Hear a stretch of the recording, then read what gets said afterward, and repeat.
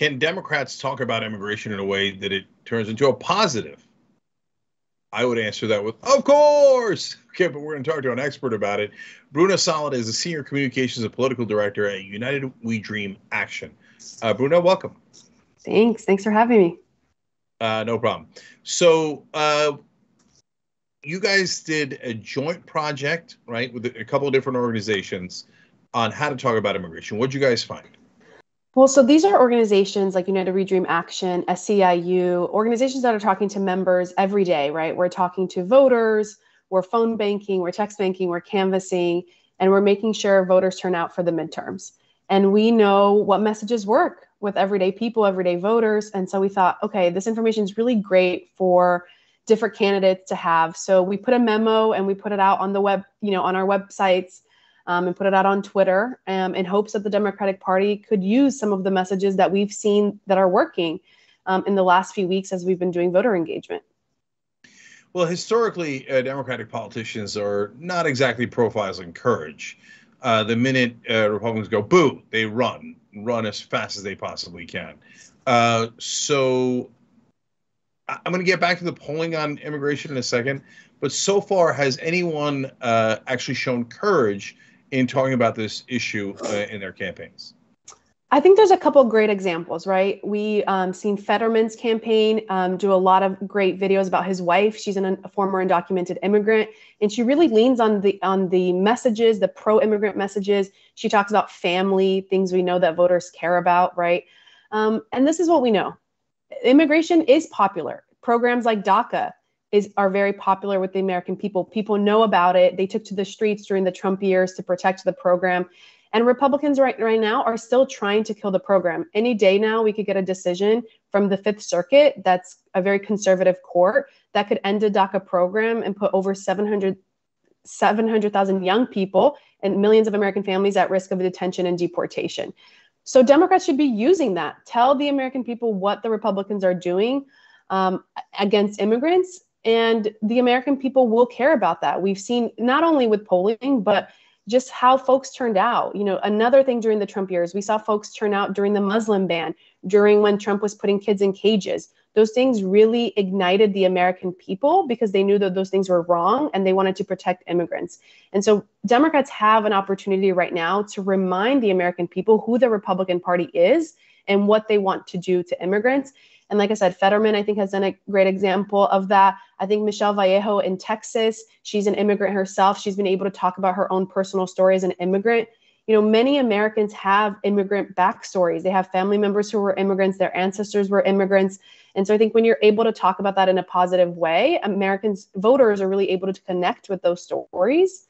And so that's what we're encouraging Democrats to do. And again, not only through polling, but through messages that we are seeing are working with voters. Yeah, so Fetterman is one of the ones that is brave and taking the fight to the Republicans. What a shock. Oh, right, he's also the one up by 10 points. But God forbid Democrats should ever learn a lesson. And Michelle Vallejo, by the way, excellent candidate progressive candidate in Texas. Everybody should look into her, and you can tell from her strength, too. So this is a funny thing, but I'm going to quote my non-existent book. It isn't out yet. But I'm going to take a passage from it. 68% of Americans think the country's openness to people around the world is essential to who we are as a nation. 68%. Only 29% agree with the conservative position that if America is too open to people from all over the world, we risk losing our identity as a nation.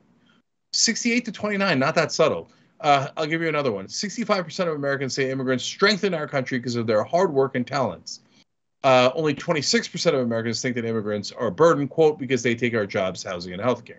So, Bruna, when you guys talk to Democrats, do they have trouble understanding numbers? Do they seem a little slow to you? Because what part of these numbers is confusing to someone who'd like to win elections? No, I think, time and time again, we know that, immigration is good for the economy. Like you said, there's a lot of things that immigrants make communities better. We know all of those. Those are all facts. Those are all great numbers. I just think that, sometimes there's a lot of things that we hear from back in the day, right? Like immigration's the third rail Democrats don't want to touch it. Those are like really outdated things that maybe 20, 30 years ago was true, but it's not true of now. And we saw that during the Trump years, right? We saw candidates in 2018 and 2020 win with pro-immigrant messages. So I think it just takes some candidates, some folks of the Democratic establishment to keep up with things. But I think, like you said, like there are really great progressive candidates who've shown us that it is possible. And we just, like I said, we want the Democratic Party to catch up to the reality that we're living in. And I think they do get nervous, but what we wanted to do was, again, tell them, these are the pro-immigration messages that we know work, not only with the base, but with folks you're trying to convince. And, if you look at what Republicans are doing, they're using immigration because they can't talk about popular policies. They don't have popular policies to talk about. So they use immigration as a scare tactic. And so what we're trying to get the Democratic Party to do is to respond and lean in and tell the American people your plan, what we're going to do, how we treat immigrants. I will say, I think one of the examples we saw recently was what we're seeing in Florida and Texas and what the folks there are doing in terms of busing migrants to different locations, lying to migrants. I think that was a great example of being able to show the American people, this is what the Republican Party will do. And here is what Democrats can do to make sure we treat people with dignity and respect. And I saw a lot of Democrats be able to respond to that. And that's what we want to continue for them to do, especially in the next 5 weeks before the midterms. Yeah, look, I'm, of course, 10,000 times harsher than you or probably anybody else about Democrats, but clowns and cowards. So the polling is with us on every issue. And they just hide in a corner. It's really quite pathetic.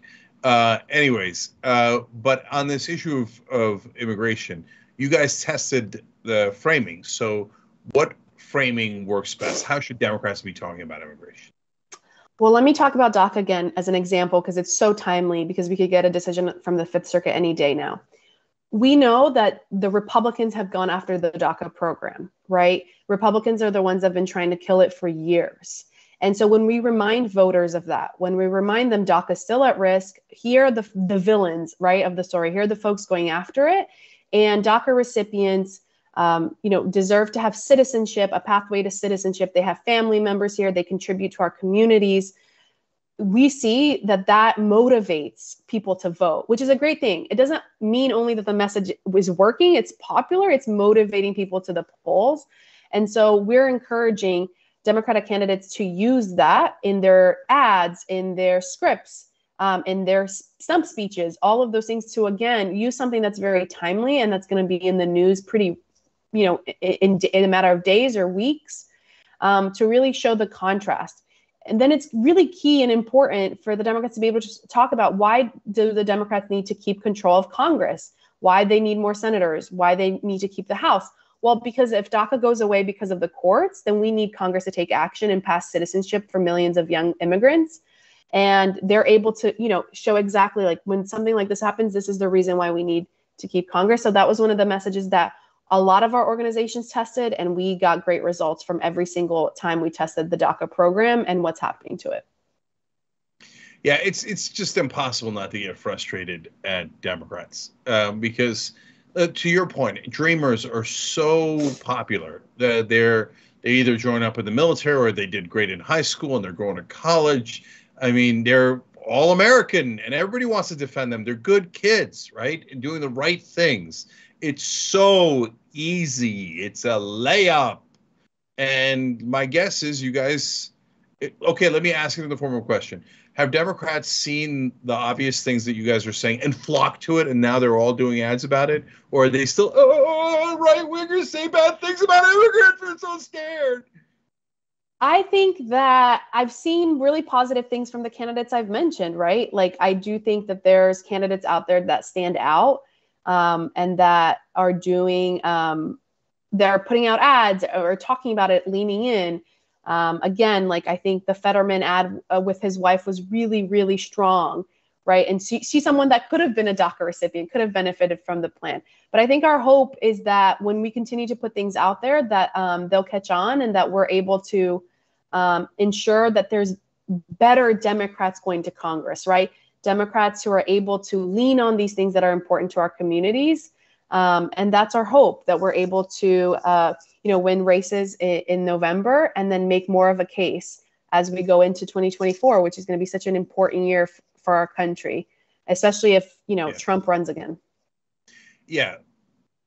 That means leadership has not signed on. That's okay. It's okay. We'll do the best we can. I love that you guys are out there, and I love that smart, strong people like Michelle and Fetterman are paying attention and actually doing things that help their campaigns. So give me one more on framing. What's another positive way to frame immigration? You can talk about the economy and how immigrants are good for the economy, right? Immigrants wanting to come to this country, immigrants being here and having essential jobs, that's the sign of a thriving economy. Reminding the American people that immigrants are also your teachers, your healthcare workers, your service workers. That's another way to remind folks that immigrants are just part of our communities. Republicans are able to use scare tactics, and we're just able to talk about the reality. And that's the reality, is that everyone has an immigrant that's part of their neighborhood, that's part of their community. And so again, reiterating the fact that immigrants are just like everyday people, just like you. I'm an immigrant, obviously, but just like yourself and like other folks, I think being able to lean on that and talk about the positives is another, great example of what Democrats should be doing in their midterm ads. Yeah, look, I'm an immigrant. I first generation, came here when I was 8 years old. Didn't speak English. I've created hundreds of jobs here in America. I came here when I was 7, so look at us doing big things. 100%. And we'd be lucky if we can get 3 Democrats in the country to defend us. When in reality, it's so simple. Just, hey, look, there's an immigrant who's a business owner. Hey, there's an immigrant who joined the military. Hey, there's an immigrant who's a teacher, right? And invite the Republicans to attack them. That is a very unpopular position, to attack immigrant soldiers and teachers. But Democrats couldn't do politics if their life depended on it. So cross your fingers and hope that they accidentally win. Okay. Bruna, thank you for joining us. United We Dream Action, doing really good work in finding the right ways to talk about this issue and to defend all of us. So we appreciate it. Thanks for having me.